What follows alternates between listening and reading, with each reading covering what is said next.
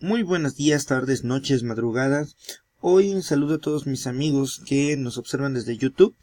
Y hoy, en su sección Curioseando Anatomía, hoy vamos a hablar acerca de lo que es el cráneo. Sí, esta estructura que para fines de enseñanza realmente ha dado muchos dolores de cabeza a muchos estudiantes de medicina. Y sobre todo pues a algunos estudiantes también de odontología, porque precisamente también lo tienen que estudiar, así como los de fisioterapia, enfermería, etcétera. Este cráneo, para fines de enseñanza, lo que nosotros vamos a hacer es irlo estudiando parte por parte. Ahorita en este momento lo vamos a estudiar de manera grupal y después lo vamos a ir segmentando parte por parte. Entonces vamos a empezar primero por definir lo que es cráneo. Cráneo significa casco o yelmo. Este casco o yelmo lo que hace es proteger dos porciones muy importantes de lo que es el cuerpo humano. La primera porción refiere a lo que es el sistema nervioso central y la segunda porción a la mayoría de los órganos de los sentidos. Es muy importante entonces que nosotros estudiemos el cráneo desde dos perspectivas. La primera perspectiva va a ser lo que nosotros llamaremos neurocráneo. También algunos refieren que solamente es el cráneo propiamente dicho. Este neurocráneo o este cráneo está compuesto entonces por varios huesos, entre ellos una porción que se le conoce como el hueso frontal. Luego nos vemos con lo que es el hueso etmoides, luego el esfenoides, después vamos a encontrar lo que es el occipital, después vamos a encontrar a lo que son los parietales y temporales. Para el estudio entonces de lo que es la porción del neurocráneo, vamos a cambiar un poquito la vista, quiero que observen una situación muy interesante. Es que nosotros ahora lo que nos vamos a estudiar son las regiones de este neurocráneo. Y este neurocráneo tiene dos porciones. La primera, voy a trazar una línea aquí. Esa línea o esas líneas que están viendo es para dividir en dos porciones a lo que es mi cráneo. La porción superior le pertenece a lo que se le conoce como calota o bóveda, mientras que la porción inferior se le conoce como base. Entonces, para estudiar a lo que es nuestro cráneo, o al menos el neurocráneo, se divide en dos porciones, en la región que es la bóveda y la base. Para el estudio entonces de lo que es el macizo facial, o también conocido como el viscerocráneo, nosotros ahora vamos a tomar como referencia lo que son los huesos propios de la nariz, o la región nasal, la porción infraorbitaria, que corresponde a lo que es el maxilar superior, al hueso malar, yugal o cigomático. Vamos a encontrar hacia la porción más inferior y medial, encontraremos a lo que son las conchas o cornetes inferiores, a lo que es nuestro hueso vómer, que se encuentra dentro de la cavidad nasal, y después en la parte más inferior localizaremos ahora a lo que es nuestro maxilar inferior o mandíbula. En realidad, de hecho, es mandíbula en la nomenclatura anatómica actual. Por lo tanto, ya tenemos la manera en cómo vamos a ir dividiendo o estudiando lo que es nuestro cráneo en general. Por lo tanto, el cráneo propiamente dicho es la porción del neurocráneo.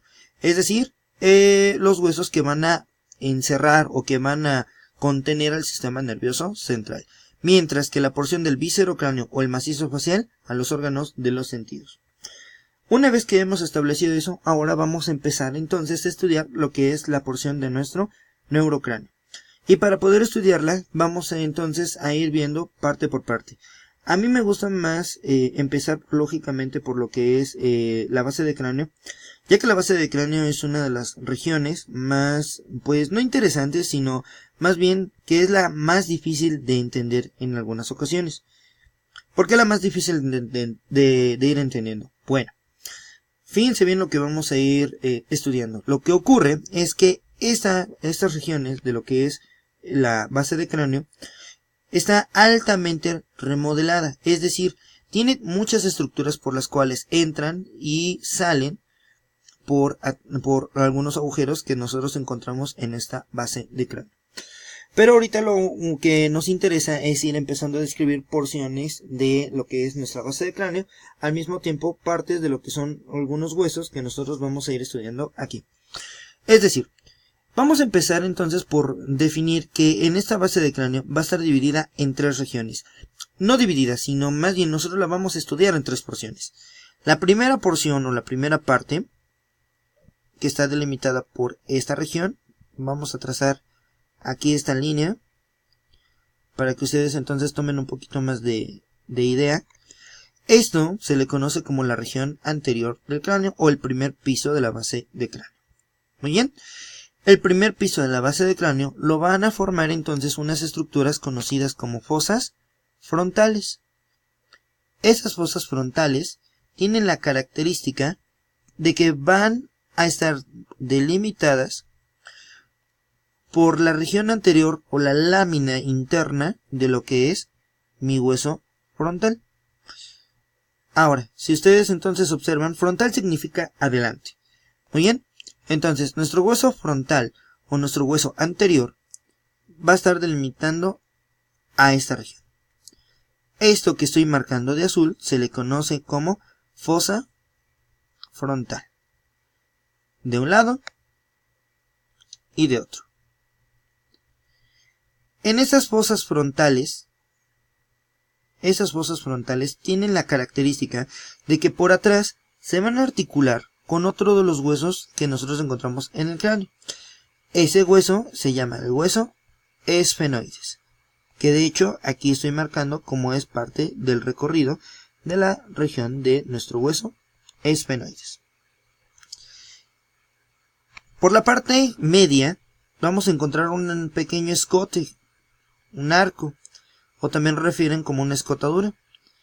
Y en esta escotadura se va a articular, aquí en esta región que estoy marcando de verde, un hueso que se le conoce como etmoides. Ahí está, entonces estas son las estructuras que forman lo que es el primer piso de nuestra base de cráneo. Entonces tenemos, repitiendo, de azul las fosas frontales de nuestro hueso frontal, de verde a lo que es la porción de nuestro hueso etmoides, y de rojo, que está en la parte posterior, a nuestro hueso esfenoides. Muy bien, ese es el primer piso de la base de cráneo. Ahora, vámonos a lo que es el segundo piso. El segundo piso, entonces, sensiblemente hablando, está formado también por algunos otros huesos que nosotros encontramos en ese nivel, sobre todo lo que es el hueso esfenoides. Y vamos a empezar a marcarlo desde aquí. Todo esto hace referencia a nuestro hueso esfenoides. Todo esto sigue siendo nuestro hueso esfenoides. Muy bien.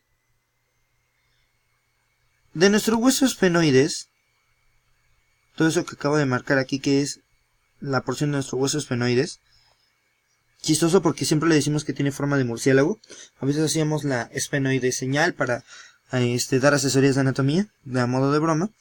Pero de nuestro hueso esfenoides nosotros vamos a encontrar ahora en las porciones laterales, aquí, a nuestro hueso temporal.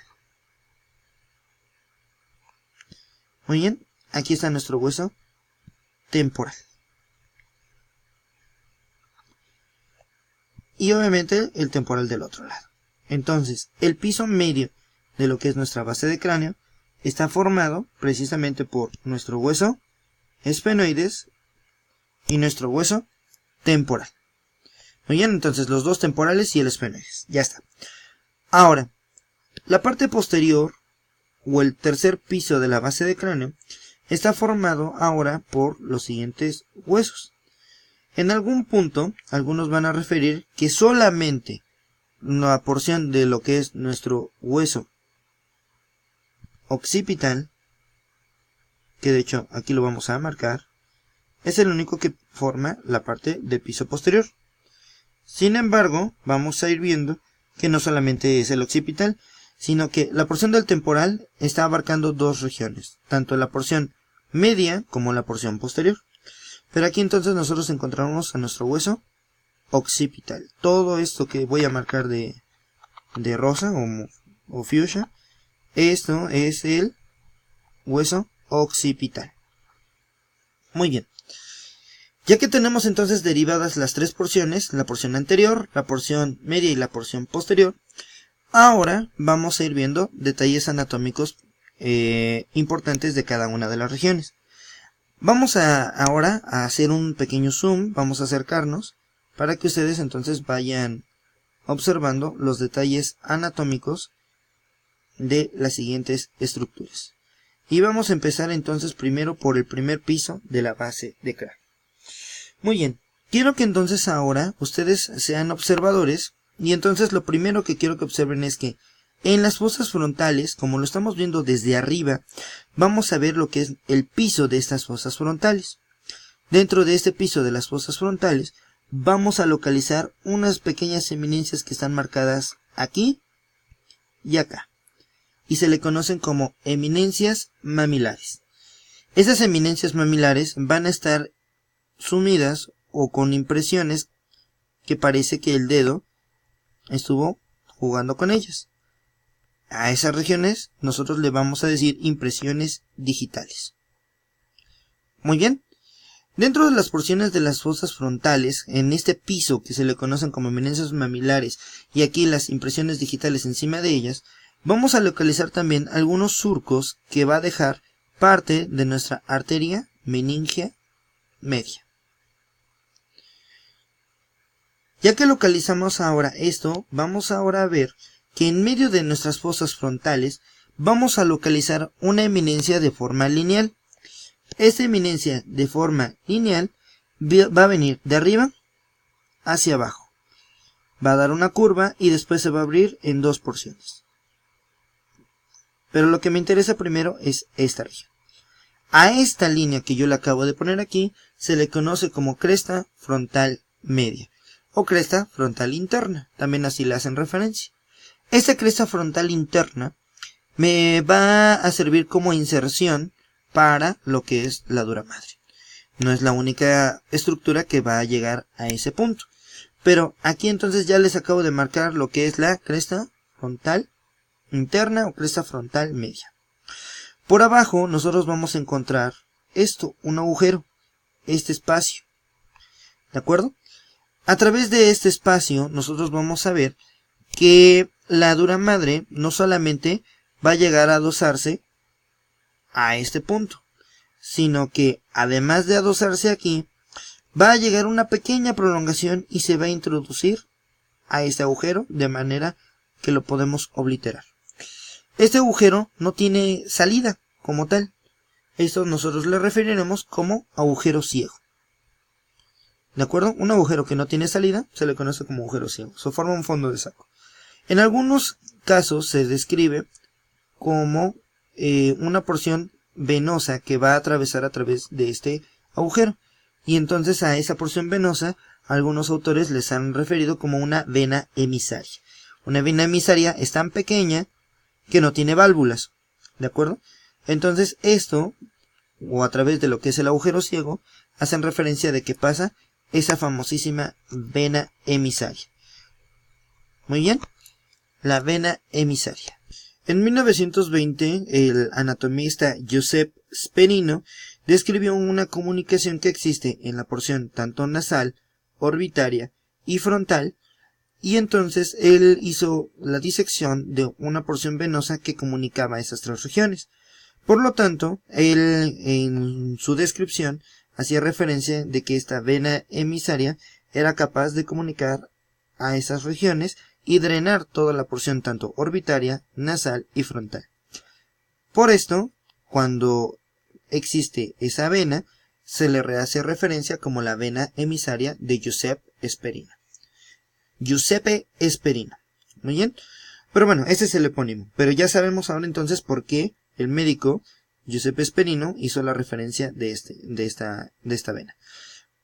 Ahora, no hay que olvidar que esta es una variante anatómica, por eso muchos libros de anatomía hacen referencia que nada más por el agujero ciego pasa lo que es la prolongación de la dura madre. Muy bien, ya está. Entonces ya tenemos a nuestra cresta frontal media. Ya tenemos entonces a nuestro agujero ciego, por el que pasa lo que es la prolongación de la dura madre y la vena emisaria de Sperino, de Giuseppe Sperino. Cuando sucede, cuando no le encuentran realmente no pasa nada. Esa es una variante anatómica. Bien, Luego encontramos en el piso de lo que son nuestras fosas frontales a las eminencias mamilares. Y en las eminencias mamilares encontramos a lo que son